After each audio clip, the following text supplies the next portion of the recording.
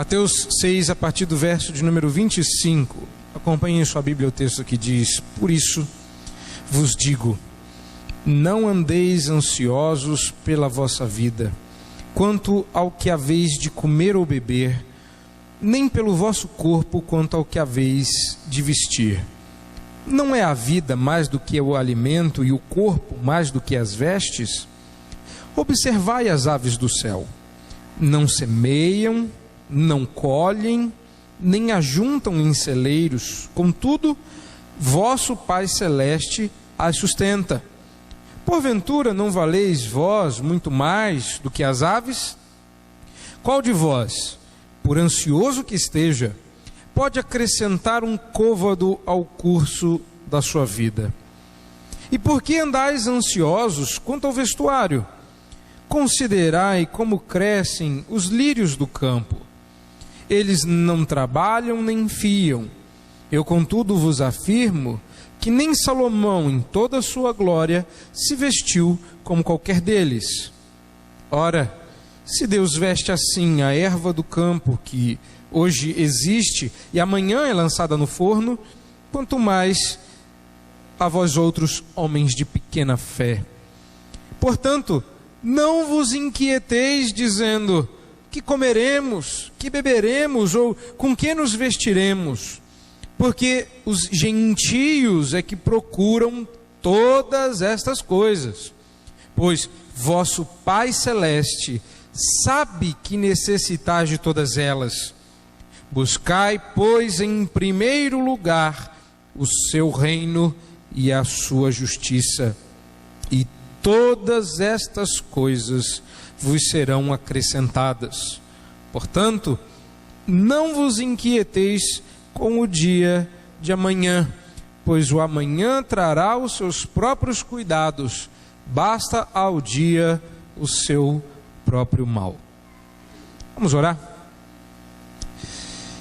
Deus amado e bendito, nós nos colocamos de maneira muito especial agora diante da Tua Palavra, para que ela nos instrua e edifique. Rogamos-te que todo o labor teológico de estudo nesse texto seja convertido agora em bênçãos para as vidas aqui presentes. Que o Senhor nos abençoe, que o Senhor nos fale, cure e preserve do mal. Que o Senhor nos instrua de modo que glorifiquemos o Teu nome e saiamos revigorados pela Tua Palavra. Abençoa-nos para que, enquanto ouvimos a exposição desse texto e meditamos nele, sejamos, como cantamos agora há pouco, transformados. Abençoa-nos, nós rogamos em nome de Cristo Jesus. Amém.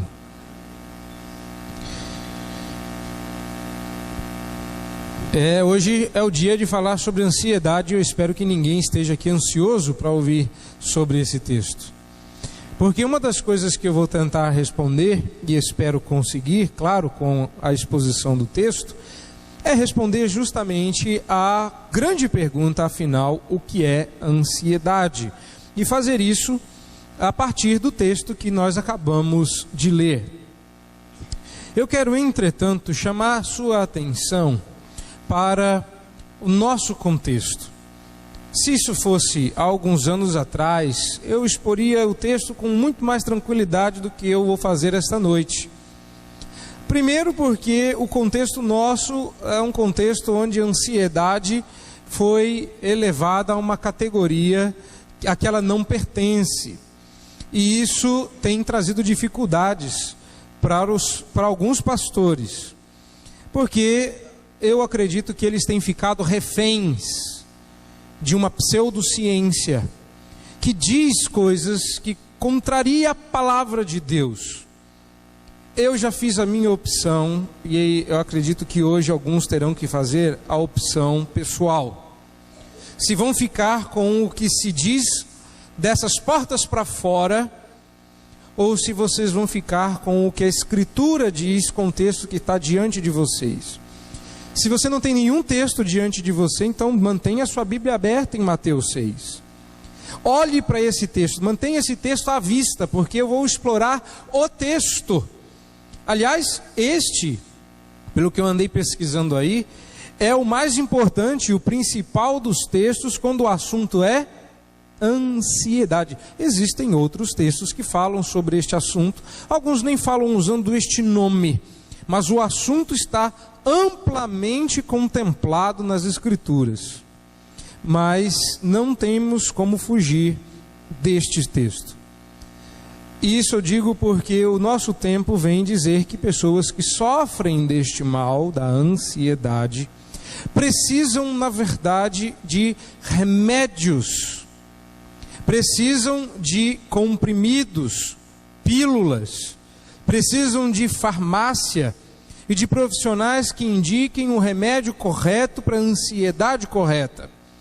Há alguns anos atrás, um rebelde, um judeu que rejeitou o seu próprio nome, chegou a dizer que nós temos que conviver com a ansiedade como se ela for algo normal. Que existe sim uma ansiedade mais neurótica, mas existe a ansiedade que faz parte da vida e com essa nós devemos conviver e nós nunca nos veremos livres da ansiedade. O que é curioso é que alguns de nós preferem ouvir os sermões de um pastor secular de almas que diz que a ansiedade não tem solução, então vamos fazer com que a dor seja suportável. Ao ouvir o sermão de quem expõe as Escrituras, seja eu, seja outrem, que diz: a ansiedade não somente tem cura, como esta cura tem nome. E você pode se ver livre deste mal. É claro que falar sobre ansiedade dá uma ansiedade de que a gente ouça tudo sobre ansiedade hoje. Mas esse não é o meu objetivo. Essa não é uma palestra, um estudo sobre ansiedade, embora muita coisa sobre ela seja dita aqui nesse texto. Não, o assunto não é ansiedade. Nós não viemos aqui para ouvir sobre ansiedade. Nós viemos aqui para ouvir sobre Mateus 6, 25 até o fim. Nós viemos aqui para ouvir o que Jesus tem a dizer sobre esse tema. Paulo fala sobre isso, salmistas falam sobre isso. Há muito o que se dizer sobre a ansiedade. Mas o meu objetivo esta noite não é dizer tudo o que há para ser dito. É para dizer sim o que neste texto está sendo dito para nós sobre o tema ansiedade. E sim, ver o que Jesus diz, o que para Jesus ansiedade é, porque o que for para ele será para nós. E ainda antes de entrar no texto, cabe ainda mais uma palavrinha de aviso para você se preparar para a leitura e exposição desse texto mais atenciosamente. Você pode ainda assim, depois de ler, porque só a leitura desse texto já devia incomodar, mas você pode ainda, depois desse texto ser exposto, continuar crendo que a ansiedade é uma doença que precisa de remédio. Liberdade para isso você tem, como todo mundo tem liberdade para ir para o inferno. Liberdade você tem. Mas eu advirto você de uma coisa: bem-aventurado é você, e bem-aventurado é o seu tempo, porque no tempo de Jesus não tinha remédio. E naquela época, a ansiedade era curada com o reino de Deus. Verso 33. Verso que serviu de base para uma das músicas que cantamos esta noite. Na época de Jesus, não tinha como... Aliás, por que não? Será que o Deus Criador, o conhecedor de todas as coisas, aquele que sabe quando nós nos assentamos e levantamos... O Salmo 39 diz isso sobre Deus, mas Jesus prova que fala dele também, quando ele chega para Natanael e diz: eu te vi sentado na figueira, e ele estava só, e ele se rende a Cristo, e ele segue a Cristo. Como é que esse Deus, sabendo que séculos para frente descobrir-se-ia o remédio para a ansiedade, a pílula, o ansiolítico da fé, como é que ele não disse: não andeis ansiosos, amasse esta erva com aquela outra erva, deixa curar, pinga 2 óleos, um azeite, outro de soja, mistura um pouquinho, coara no sol, ferve, coa e toma. A ansiedade vai embora. Por que Jesus não nos deu uma receita caseira, um ancestral do remédio que hoje nós tomamos? Se ele sabia que ansiedade era uma doença curável com remédios, por que ao invés de nos exortar a não andar ansioso, como ele faz no verso 25, como ele reitera no verso 28, ironicamente, como ele faz no verso 31, dizendo para não nos inquietarmos, por que Jesus, sabendo que era uma doença, e sendo o Deus que deu todos os remédios de que desfrutamos hoje, das duas ele não fez uma? Por que ele não curou? Se é doença, por que ele não fez como ele fez antes desse sermão? Ou vocês esqueceram que antes do sermão do monte o povo estava junto ali em multidão, justamente porque ele estava curando doenças? Como é que um Deus que cura é paraplégico não tem poder para curar a ansiedade? Se ele sabia que era doença, por que ele não fez? Não andeis ansiosos, vem cá que eu vou curar. Pá, resolveu. Não. O que nós temos aqui são exortações. E a segunda é, se ele não queria curar de maneira extraordinária e direta, milagrosa, por que ele não fez como em outros casos em que ele cospe no chão, faz uma massinha, coloca nos olhos e cura o cego? Ou vocês acham que argila úmida é cura para... Ah, mas eu ouvi dizer que faz bem. Fazer bem faz. É a história do filho do fazendeiro. Fez bem o remédio. Ele estava doente, chamaram o curandeiro, ele deu o remédio, falou, esse remédio vai fazer bem para o menino morreu. Aí o fazendeiro mandou chamar o curandeiro, falou, vou matar ele, mas não antes de falar umas poucas e boas. Falou, você disse que o meu menino ia ficar bem, que o remédio ia fazer bem, o menino morreu. Aí o curandeiro falou, deixa eu ver o menino. Ergue o lençol, olha, examina e fala, de fato morreu, mas morreu bem melhor do que estava. Tem muita gente achando que é assim, é melhor morrer melhor do que estava, do que viver. A Escritura está oferecendo para vocês, meus irmãos, e para todos quantos ouvem esta mensagem, vida, e não sobrevida. Não é para você sobreviver, é para você viver abundantemente. Então me estranha que Jesus não tenha dado nem a receita do remédio, nem tenha curado, e nós, no século 20 para o 21, muito mais sábios do que Jesus, muito mais sábios do que a palavra, descobrimos com a força do nosso vigor, com a inteligência da nossa ciência, que na verdade, ansiedade não é nada daquilo que aquele livro antiquado, sem graça, sem ciência e conhecimento, a Bíblia disse que era. Ansiedade resolve com um comprimidinho deste tamaniquinho. Embora o tamanho seja o mesmo, resolve com isso aqui, com uma fé menor do que o comprimido.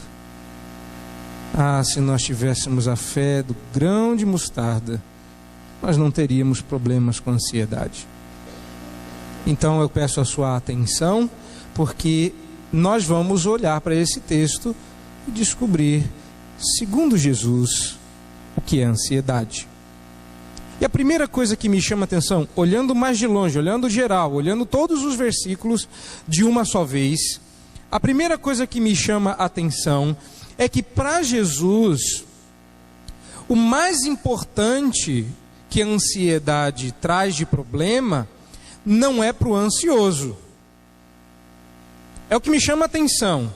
A ansiedade é um problema, mas é um problema diante de Deus, é um problema para Deus ver. É claro que tudo que Jesus vem falando é mais para Ele ver, mas agora, para Jesus o que importa, e para Ele mais importante do que aquilo que a ansiedade faz a você, é o que a ansiedade faz a Deus. Peraí, como assim? Deus não é ansioso? Sim, não é o que a ansiedade faz contra Deus, mas o que a ansiedade é diante dos olhos de Deus. Então, Jesus começa apontando aí para uma outra perspectiva. Nós queremos ouvir sempre a ansiedade da perspectiva do sofredor, da perspectiva do ansioso. e Jesus aborda a ansiedade da perspectiva do Deus que supre, cuida e ainda assim tem uma criatura ansiosa. Curioso isso, não? Que para Jesus a ansiedade era um problema grave, não por causa do sofrimento que ela causa a você, mas por causa do que ela significa diante de Deus. O que é ansiedade? Bom, nós vamos falar sobre isso agora. E eu começo aí com o verso 25, com o por isso. Por isso vos digo. Ei, se Jesus vai falar que nós não devemos andar ansiosos por isso, devemos nos perguntar por que isso. O que é esse isso aqui? E a primeira coisa que eu tenho a lhes dizer essa noite é que, por causa do por isso, ansiedade é idolatria. Ansiedade é, segundo Jesus, idolatria. Porque quando ele começa o tema ansiedade, na verdade, ele está concluindo, o verso 25, na verdade, é a conclusão do que ele vem dizendo nos versos anteriores sobre servir dois senhores e juntar riquezas no céu e ter estrabismo espiritual. Ou seja, Jesus montou todo um contexto de idolatria. Ele disse: você não pode juntar tesouro no céu e na terra ao mesmo tempo, porque você não pode servir dois senhores, ou Deus e a riqueza, porque você vai se agradar de um e aborrecer-se de outro. Jesus acabou de apontar que essa atitude divisora, que divide a pessoa entre Deus e ídolos, é na verdade idolatria integral. E ele diz: e porque isso é verdade, por isso, não andeis ansiosos pela vossa vida, quanto ao que haveis de comer ou beber, nem pelo vosso corpo, quanto ao que haveis de vestir. Por isso, porque servir dois senhores, porque ocupar-se das duas coisas é impossível. Você não pode se preocupar com o corpo e com as vestes, como você não pode se preocupar com a vida e com a comida ao mesmo tempo. Para Jesus, ansiedade é idolatria. O ansioso está dividido, tentando servir dois senhores. É isso que Jesus começa dizendo. Por isso, porque o idólatra fica dividido, não se dividam nesses dois temas, vida e comida, corpo e vestes, porque isso será idolatria. Jesus começa batendo no queixo. Não é para a pessoa se levantar depois, o problema é que ela vai. E ela vai apanhar mais. Porque a primeira coisa que Jesus quer dizer é que idolatria, a ansiedade é uma idolatria que não leva em conta os reais valores do Senhor. Ele termina o verso 25 dizendo: não é a vida mais do que o alimento e o corpo mais do que as vestes? O que o Senhor Jesus está dizendo é que existe aí uma hierarquia de valores que para Deus é importante e nós é que invertemos. Repare no texto, ele está dizendo que a gente se preocupa com a vida e com a comida, mas vida é mais importante que comida e corpo é mais importante do que veste. E a pergunta é: quem deu o corpo e quem deu a vida? Resposta: Deus. Agora, a pergunta de Jesus, pressuposta aqui, que ele vai abordar mais para frente, ainda que indiretamente, é: se Deus deu vida e Deus deu corpo, não vai dar comida para manter essa vida e não vai dar veste para cobrir esse corpo?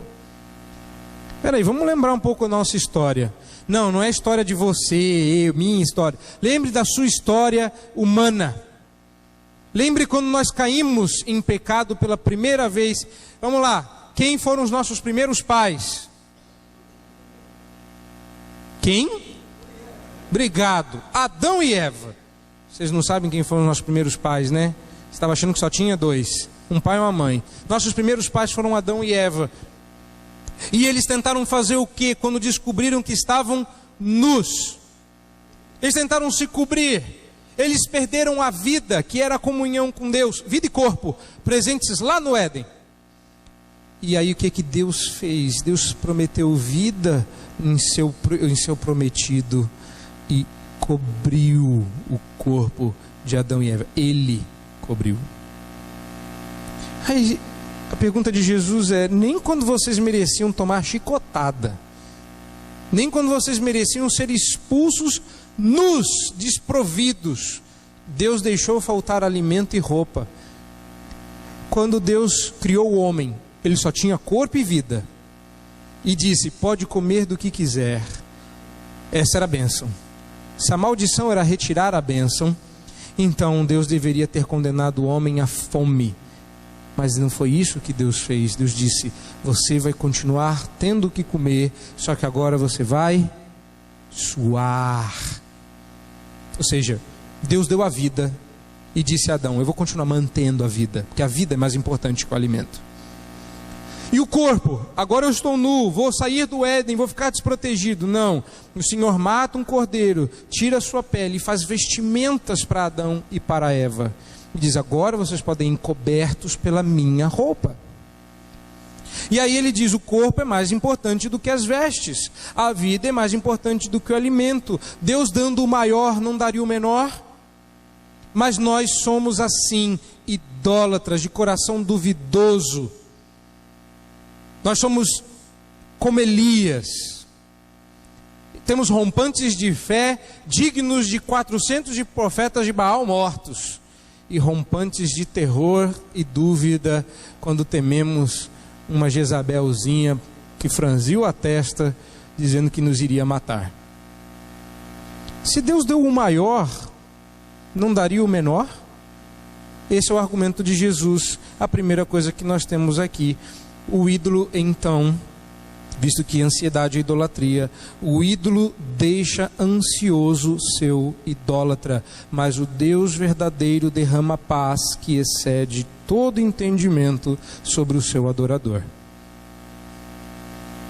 Eu escutei um amém, acho que temos um curado. Você ouviu o que eu acabei de dizer? Eu acabei de dizer que você sabe quando está idolatrando, quando o resultado não é paz, mas ansiedade.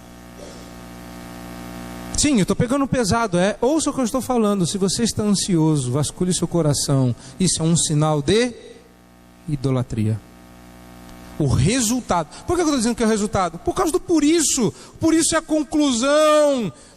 Olha o que Jesus acabou de dizer, gente, isso aqui é idolatria, ó. Não pode servir dois senhores, são senhores, deuses, ou o Deus verdadeiro ou Mamon. Isso aqui é idolatria. Por isso, não ande ansioso. Por quê? Porque se você tiver ansiedade, é porque ela é um resultado da idolatria. Se você está ansioso, é porque você está idolatrando, porque o ansioso fica dividido. O adorador tem paz que excede todo entendimento. Ao adorador, Deus dá tranquilidade.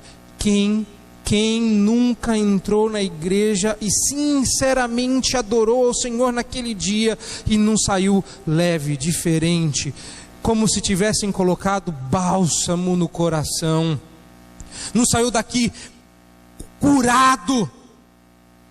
Agora vai idolatrar para você ver. É ansiedade que não tem fim. A gente começa a hiperventilar, falta água, falta ar, falta tudo. Falta paz. Esse é o primeiro ponto. Jesus começa dizendo que ansiedade é idolatria. Que mais que ansiedade é? Seguindo o verso 25, e junto com ele os demais que a gente vai pontuar aí, ansiedade primeiro é idolatria, segundo ela é desobediência. Veja, a Bíblia manda a gente orar sem cessar. Quando a gente não ora, a gente desobedece. Simples. Ninguém iria contra um raciocínio simples desse. Mas quando a Bíblia diz o contrário, quando a Bíblia diz assim, não fazer alguma coisa, ou seja, a gente faz, o contrário é pecado, é desobedecer a ordem de Deus. Deus disse que é para a gente amá-lo sobre todas as coisas, ordem positiva.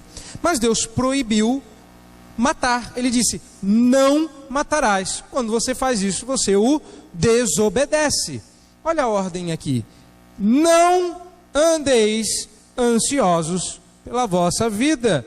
Não bastasse isso, mais para frente, verso 31, o Senhor repete: não vos inquieteis, dizendo isso, aquilo, outro, que comeremos, que vestiremos, que beberemos.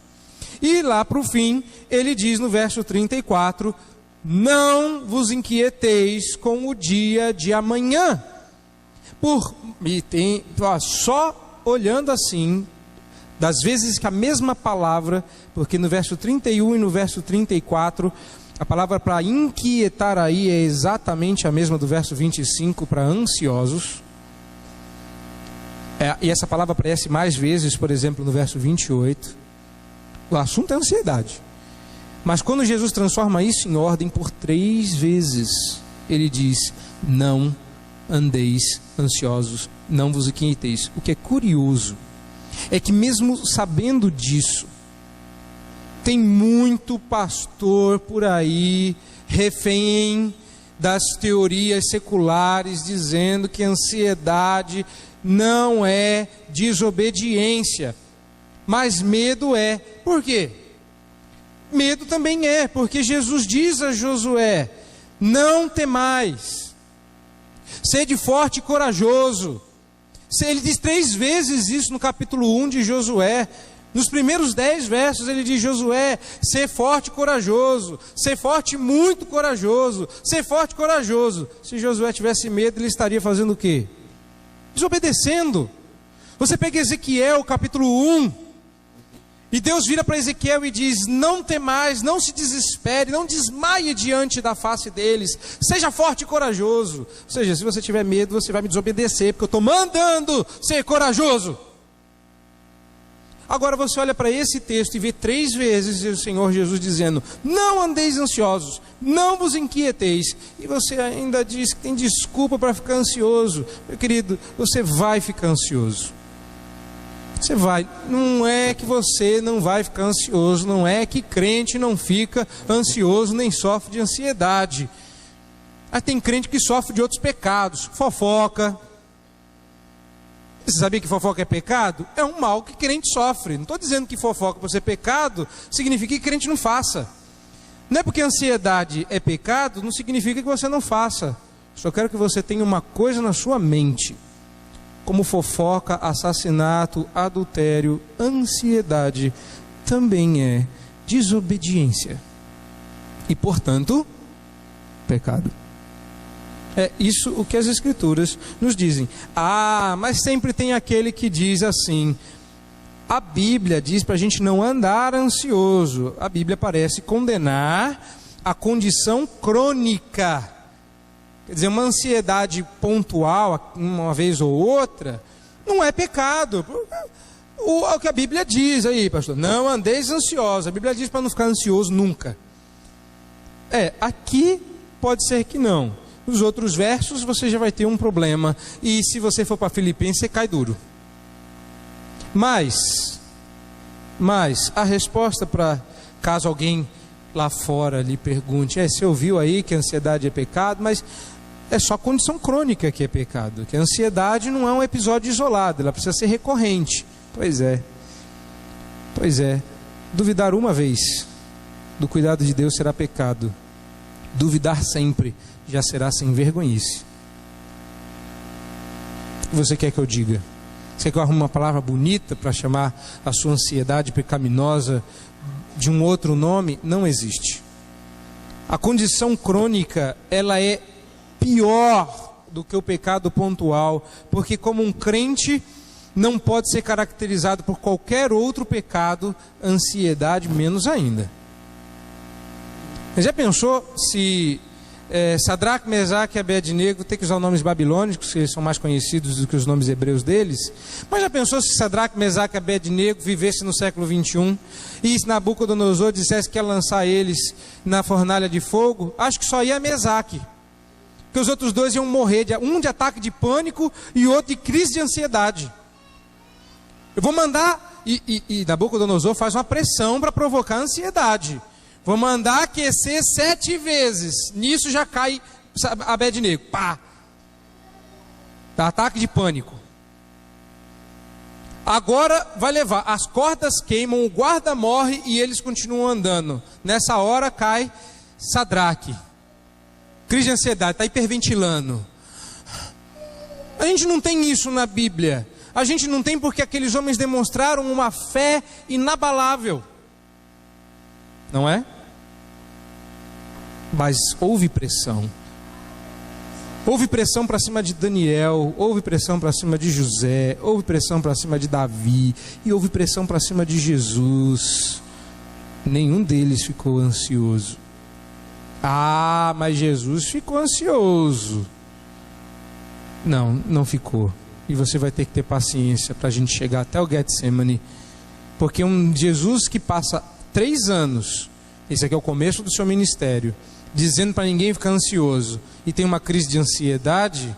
Então, chegando no fim de Mateus, a gente fecha, sai da igreja e vai virar ateu. O Deus que disse não é para ficar ansioso, ficou. Ah, mas ele era humano. Mas ele nunca pecou. E ele está dizendo que ansiedade, idolatria e desobediência. Não, há uma outra explicação, uma bíblica. Ah, tem muito mais. Vamos andar. Olhe para o texto. Quando começamos aí no verso 26, e Jesus diz: observai as aves dos céus, ele começa a dizer então que ansiedade, além de desobediência e idolatria, é tolice, é estupidez, é irracionalidade, é besteira. Mas como besteira fica ruim na divisão do sermão, eu mantenho que ansiedade é tolice. E ele começa usando um termo aí curioso para observar, que quer dizer mais do que olhar, mas olhar com atenção.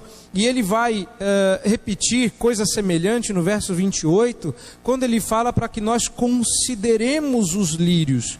Mas quando ele fala dos lírios, o assunto muda um pouquinho. Falemos sobre as aves do céu. Observai. Já disse aqui, vou repetir, porque parece que este é um exemplo que os comentaristas todos gostam e eu acabei me encantando por ele.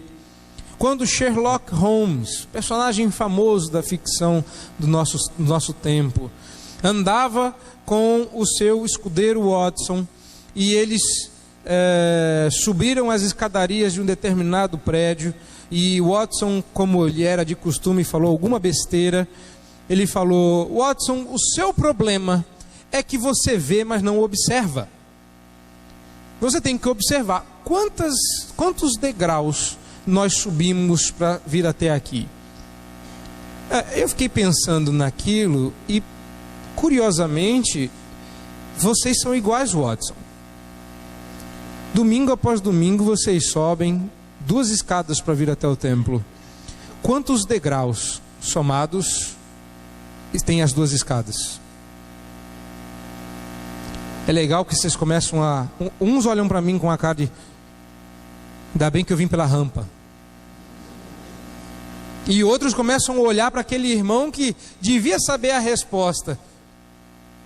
Ué, você subiu a escada? Não? Subiu sim. Não sabe, né? Mas você sabe que tem uma escada. Você viu, mas não observou. E aí Sherlock Holmes disse para o seu escudeiro: nós subimos 17 degraus até virmos aqui. E o Watson disse: eu não sabia. Ele fala: justamente porque você não observa. É claro que você depois vai acabar contando quantos degraus tem as escadas, para nunca mais passar essa vergonha, seja eu ou seja outro pastor a perguntar. Mas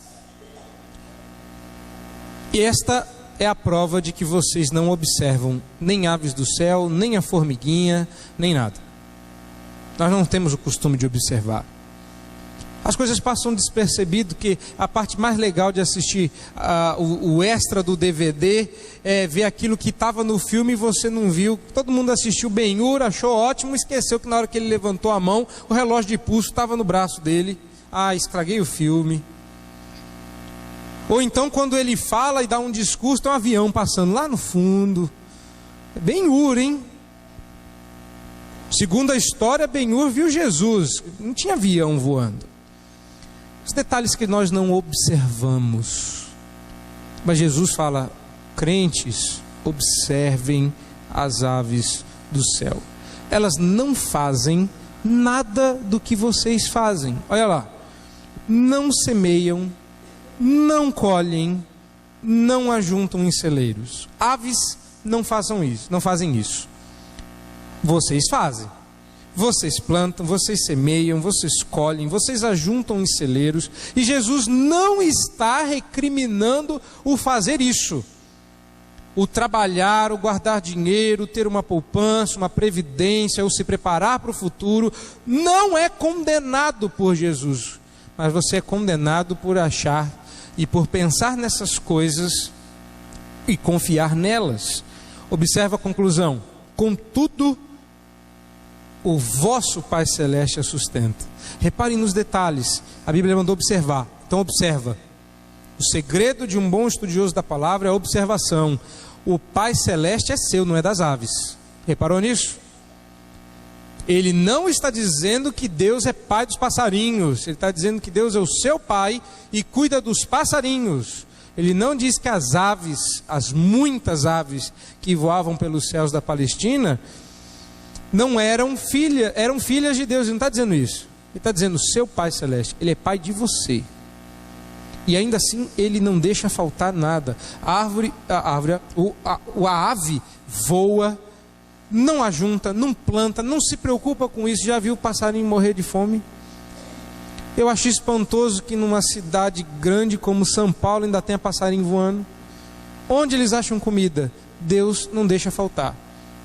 E se na época de Jesus nós olhávamos para o céu para ver as aves, hoje nós não precisamos olhar para longe, nós não precisamos levantar os olhos. Olhe para a rua e veja os cães, os cachorros. É assim, né? Se a gente olhar para a rua, a gente vai ver muito cachorro andando na rua sem dono. E cachorro é um bicho extremamente dependente. Cachorro é bobo, ele não faz nada, ele espera mesmo que dê comida para ele. Como é que esses cachorros vêm ano, passa ano, eles estão se arrastando na rua, mas continuam lá, vivos. Alguém dá comida para eles.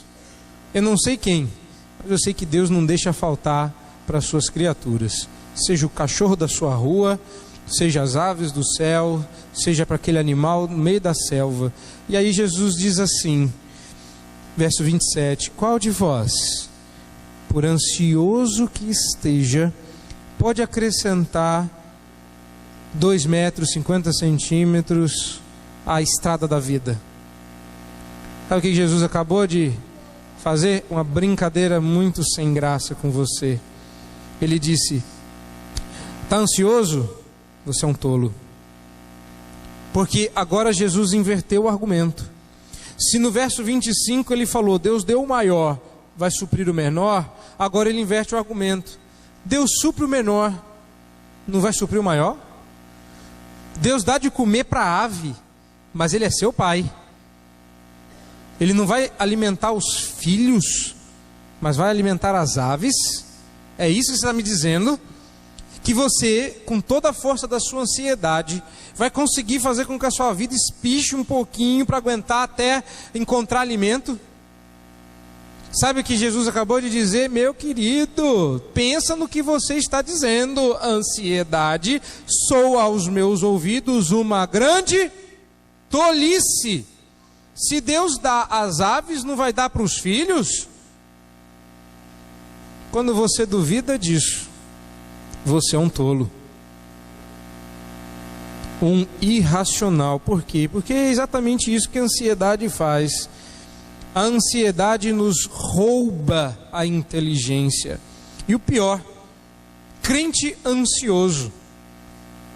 Agora existe uma modalidade, o crente ansioso.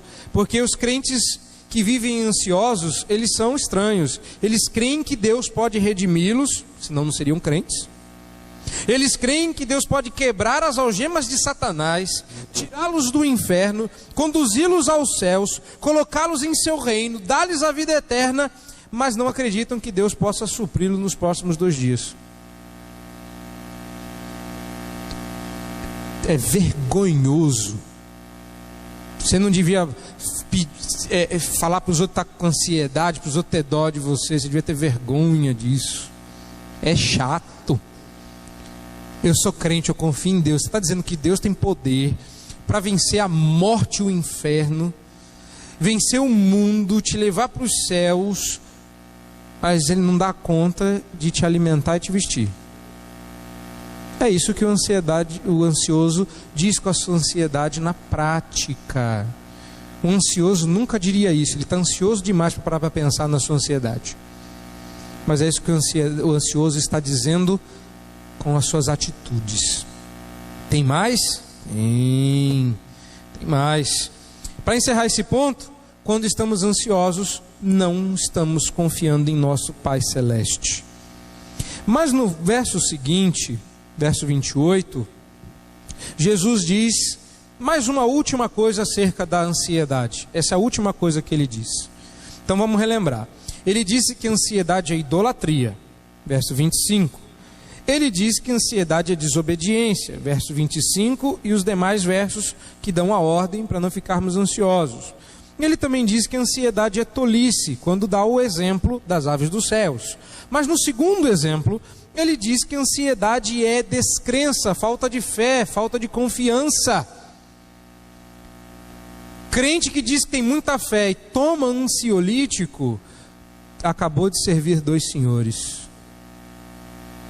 Crente que diz que tem fé, toma remédio para ansiedade, remédio para dormir, remédio para não ter pânico, acabou de servir 2 senhores. Porque ele vai dizer, a partir do verso 28, que ansiedade é falta de fé, não adianta correr. Olha lá. E por que andais ansiosos quanto ao vestuário? Considerai como crescem os lírios do campo. Não trabalham nem fiam. Pois é, os lírios do campo não fazem nada que nós fazemos. Para ter roupa, alguém teve que costurá-la. Teve que fiar para ter tecido. Teve que manufaturar o tecido, trabalhá-lo, industrializá-lo, se for, não interessa. Não existe pé de terno. Não existe arbusto de gravata. Não existe pé de sapato. Seria bom que tivesse, né? E a gente ia economizar uma grana. E algumas árvores nunca ia deixar o sapato crescer, que as mulheres iam tirar tudo do sapato. Mas não existe. Tudo que você está vestindo e tem aí, alguém trabalhou para que você tivesse, certo? Agora olha os lírios do campo. A expressão lírios do campo é uma expressão abrangente. Ele não está falando só dos lírios, mas de todas as flores. E a lista é enorme, mais de 20 tipos de flores que adornavam as campinas. Você olhava para aqueles montes na primavera, era uma coisa linda de se ver. Ninguém foi lá plantar, cuidar, regar, podar, mas ainda assim eles estavam lá, lindos os lírios. E aí Jesus pergunta, versículo 29, pergunta não, afirma e depois pergunta: eu contudo vos afirmo que nem Salomão em toda a sua glória se vestiu como qualquer deles. Ora, se Deus veste assim a erva do campo, que hoje existe e amanhã é lenha, quanto mais a vós outros, homens de pequena fé. Agora não tem mais onde correr. Jesus disse, você, quando fica ansioso, não tem como correr. Versículo 28 começa falando sobre ansiedade, versículo 30 termina falando de fé. Ansiedade é falta de fé, sim senhor. Porque novamente Jesus vai usar o argumento do menor para o maior. Jesus veste de maneira esplendorosa o lírio, a erva, o mato, que hoje está lá lindo, depois seca e a gente vai usar para fazer fogueira. Fala, peraí, se Deus gasta tanta energia para adornar, embelezar algo tão efêmero como as flores, e a gente luta para fazer elas sobreviver, não é? Você vai todo romântico, compra um buquê de flores para sua amada, e é tão bonito, mas corre para tirar foto, que se demorar 2 dias as flores já estão tudo olhando para baixo. Aí você taca, põe lá e rega e cuida, não tem jeito, não é assim? Se você, querida, não sabe que é assim, dá uma cutucada no marido aí, para você saber como é. Mas olha só, a gente sabe que é assim. E aí Jesus diz, pois é, se algo tão efêmero como flores são vestidas tão belamente, por que você acha que Deus vai deixar faltar alguma coisa para você em termos de cuidados com o seu corpo? Você que vale muito mais do que flores. E olha só, Deus está falando do corpo, não da alma. Deus só cuida da alma, do corpo não. Não, o seu corpo vai ser cuidado por Deus, porque o seu corpo também será redimido. O seu corpo é importante, porque ele também será eterno, como a sua alma. O corpo não é descartável. E Jesus sabe disso, e por isso ele diz, verso 30, ora, se Deus veste assim a erva do campo, que hoje existe, amanhã lançada no forno, quanto mais vós outros, homens de pequena fé. Ansiedade é descrença, ansiedade é falta de fé, é dúvida, é vergonha. Fé e ansiedade não podem habitar o mesmo corpo, porque se isso existir, você estará servindo a 2 senhores. A ansiedade e a Deus. Fé está para Deus como a ansiedade está para os ídolos. O que a gente tem com Deus é fé, o que a gente tem com os ídolos é ansiedade. E aí encerramos. Como encerramos, pastor? Sim, verso 31 em diante, Jesus faz um resumo do que disse e agora dá cura. Ele vai dizer como é que a gente deve fazer então para não ficar ansioso. Verso 31 diz assim, portanto, ou seja, qual é a conclusão, qual que é o resumo dessa ópera? Não vos inquieteis dizendo que comeremos, que beberemos ou com que nos vestiremos, porque os gentios é que procuram todas essas coisas, pois vosso Pai Celeste sabe que necessitais de todas elas. Eu quero primeiro que você preste atenção aqui nesse primeiro momento, quando Jesus vai falar agora do buscar primeiro.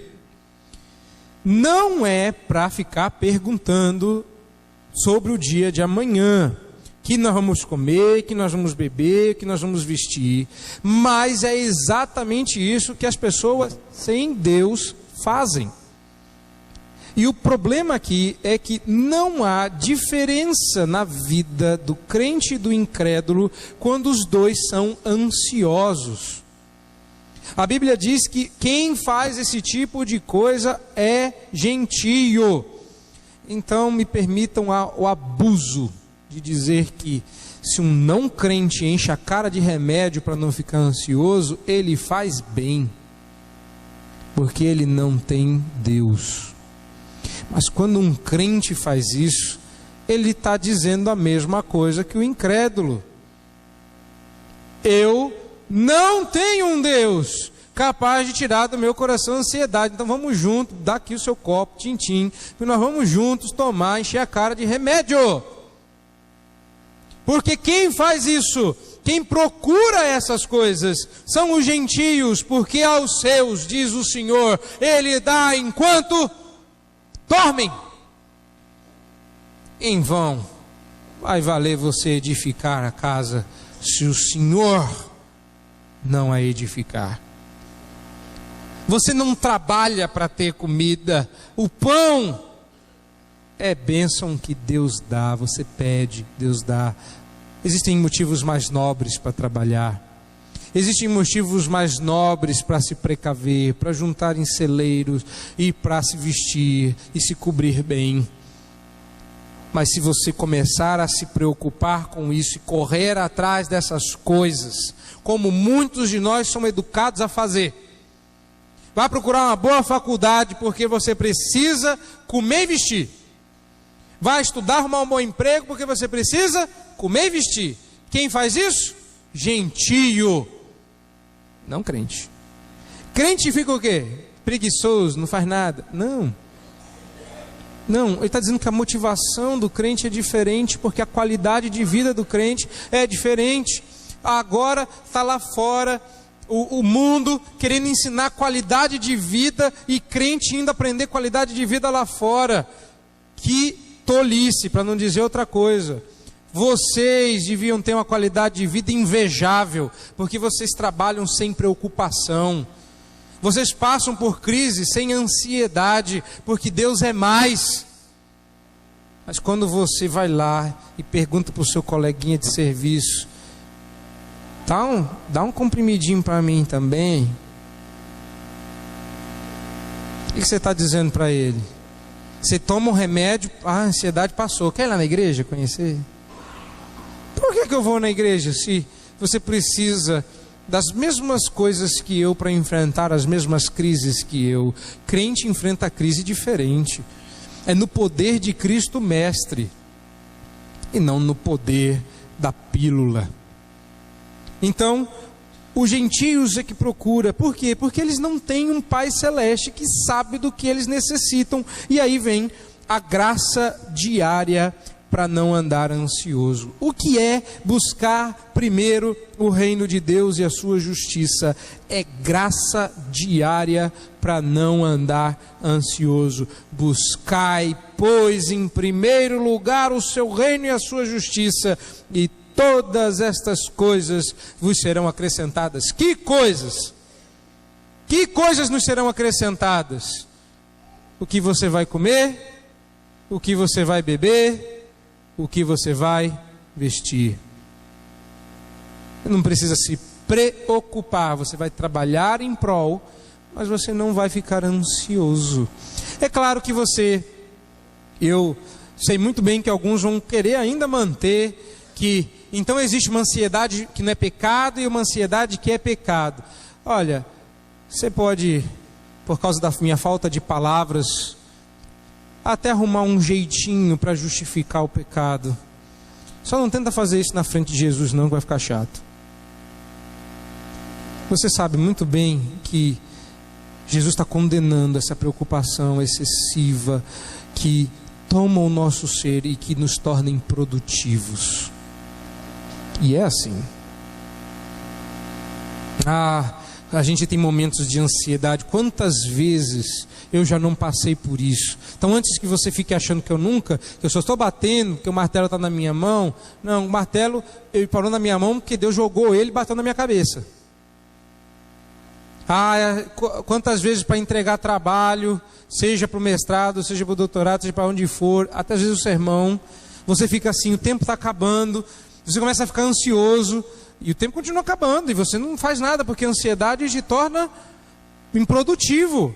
Ela não realiza nada. Embora a fé realize grandes feitos, a ansiedade não realiza nada. E recentemente, eu tinha que entregar um trabalho, meu prazo já estava no limite, e aí eu guardei ele numa mídia. Quando eu fui abrir no computador, meu trabalho estava lá. Mas todas as notas de rodapé tinham sumido. Se você ter uma ideia, eu tinha em torno de 3 notas de rodapé por página, 25 páginas escritas aproximadamente, mais de 50 notas de rodapé. E eu tinha que entregar segunda-feira. E era segunda-feira, 7 horas da manhã, só para dar aquela olhadinha antes de mandar. Cadê as notas de rodapé? Olha, se tinha um momento para eu ter uma crise de pânico, foi aquele. E sabe o que eu fiz? Tive. Chorei igual um bebê. Foi a primeira reação. Chorei. Eu não sabia se estava chorando de raiva, de desespero, de ansiedade. Eu sei que eu chorei. Depois começou a dar uma dor no peito e eu comecei a hiperventilar. Eu falei, gente, eu não achava que essas coisas fossem de verdade. Aí eu falei, bom, final de semana eu prego sobre ansiedade. Deus está me dando aí uma boa experiência sobre ansiedade. Dobrei meu joelho, mas eu não conseguia dizer um A em oração. Eu só falava, Senhor, me dê o que eu não tenho. Faz igual Sansão, faz crescer cabelo. Porque o que eu vou fazer? Sei que eu sentei nesse computador e fui caçar uma por uma das notas de rodapé. Consegui, olha só. Por quê? Porque quando você para de ficar ansioso e fala, eu não sei como é que eu vou fazer isso, mas eu vou pela fé. Não foram todas as notas de rodapé. Teve partes do trabalho que não puderam ser mandadas porque eu perdi as notas de rodapé. Outras nasceram na hora. O trabalho teve uma forma final diferente da que eu pretendia. Mas uma coisa eu aprendi naquela segunda-feira. Não andeis ansiosos, porque a ansiedade não faz produzir. Buscai primeiro o reino dos céus. Eu passei quase 1h30 tentando escrever e nada saiu. Só Deus abençoou quando eu parei e orei. Quando eu busquei primeiro o reino de Deus. Eu tenho uma experiência e várias de pecado. Talvez você também tenha várias experiências boas e algumas de pecado. Mas a ordem está aqui e permanece para todos. Buscai primeiro. E o primeiro aqui é em primeiro lugar. Tem coisas que você vai ter que buscar depois, mas em primeiro lugar, antes de todas elas, o reino de Deus. Nós não podemos nos inquietar, nos agitar, não podemos ficar ansiosos por causa das coisas menores da vida, porque Deus concedeu as maiores. Tranquilo. Isso ele diz, verso 31 e 32. A ansiedade é uma preocupação com um amanhã inalcançável, uma preocupação improdutiva, e essa é a sequência do texto. Verso 34, porquanto não vos inquieteis com o dia de amanhã. Sutil, delicado, mas direto, Jesus nos diz que, de maneira muito simples, que a graça que Deus concede diária só serve para o dia.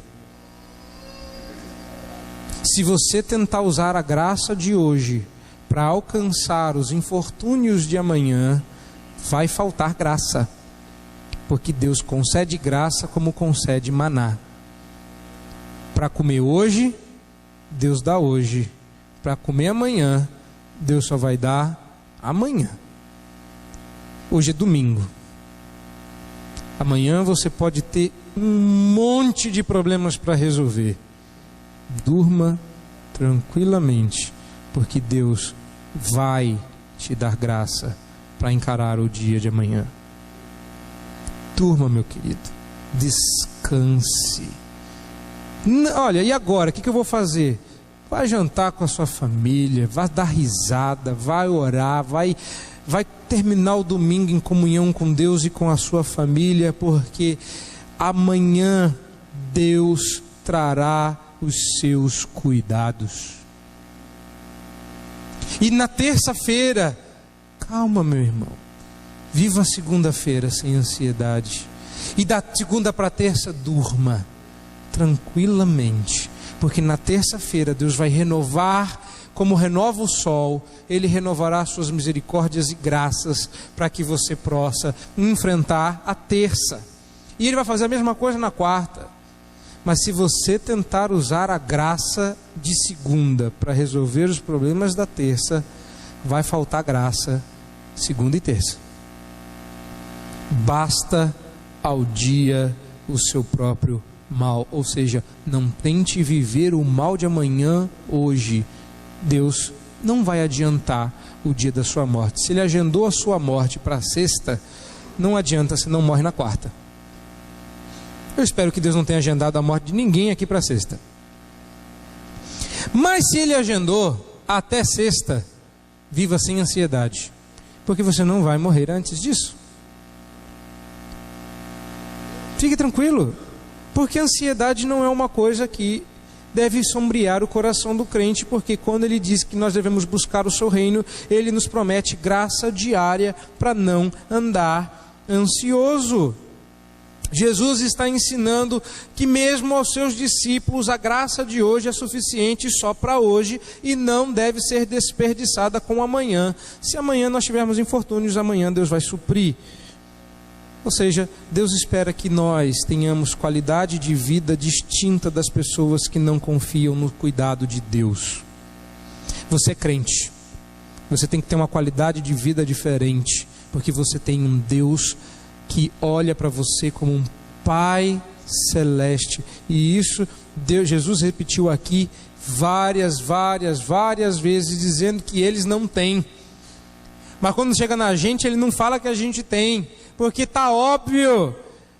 Vosso Pai Celeste sabe, vosso Pai Celeste cuida, vosso Pai Celeste providencia. Mas o filho que não é nada celeste duvida, é tolo, desobedece e idolatra. E agora? O que você vai fazer?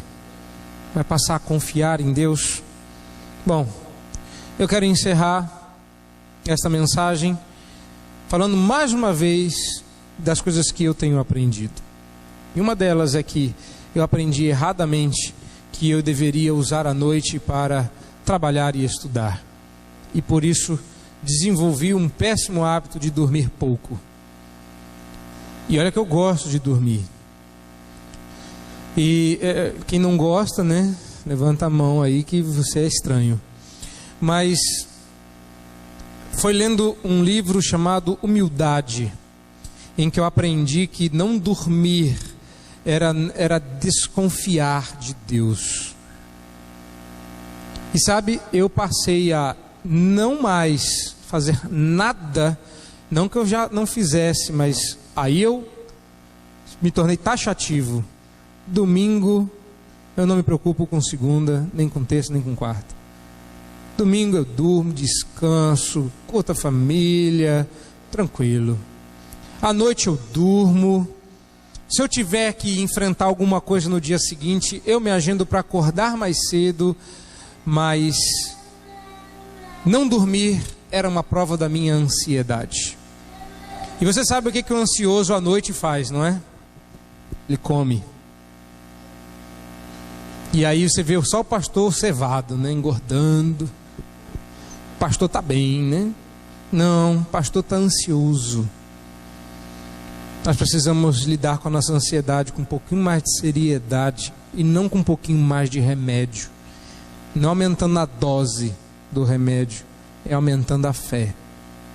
Então, se Deus está te dando lutas, enfrente-as com as armas da fé e descanse, meu querido, porque amanhã, durma hoje sabendo que amanhã, quando o sol raiar e seu despertador gritar, Deus está te dando graça para enfrentar mais um dia. Que Deus os abençoe em Cristo Jesus. Amém.